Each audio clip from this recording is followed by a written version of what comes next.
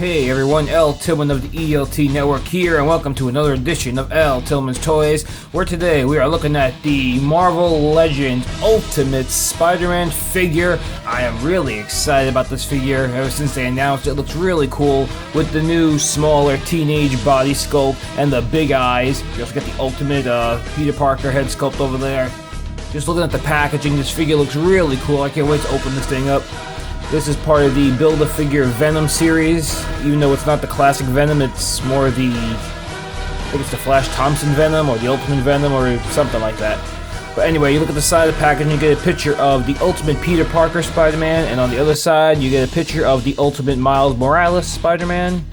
The back of the box has the figures. They're both the same figures, only with different paint applications. This is the Miles Morales figure, and the Peter Parker one, obviously.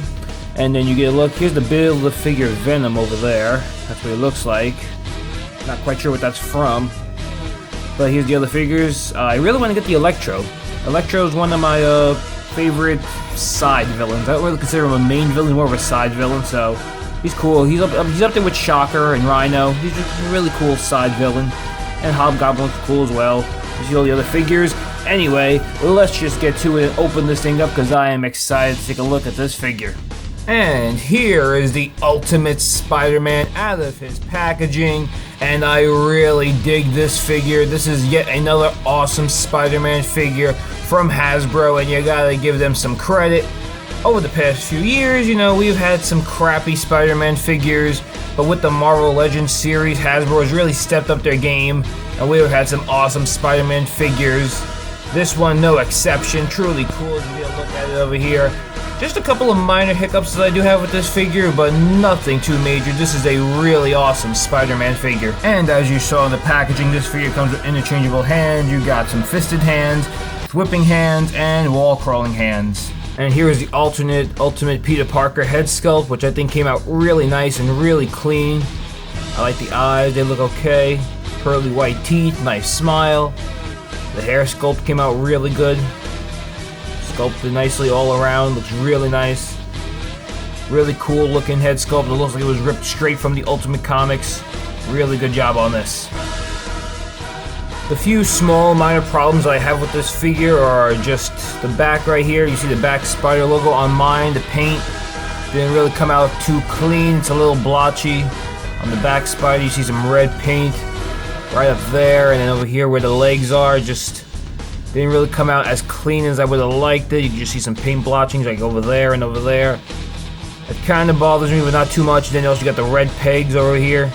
I don't know why they just don't paint these blue. I mean, it's fine over here. It's red. It blends in perfectly. But on the other side, red. I don't know why. Just paint it blue. Makes the figure so much more better.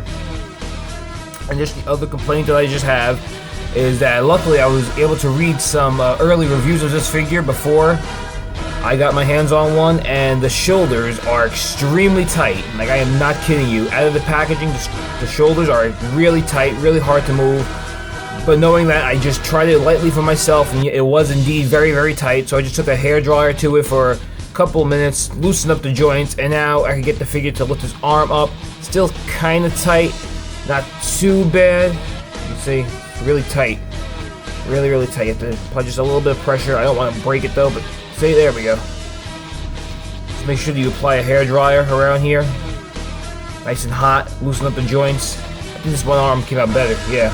The one arm's a little more looser than this one, but if you get this figure, just make sure you want to apply a hairdryer or some hot water just to loosen up the armpit joints.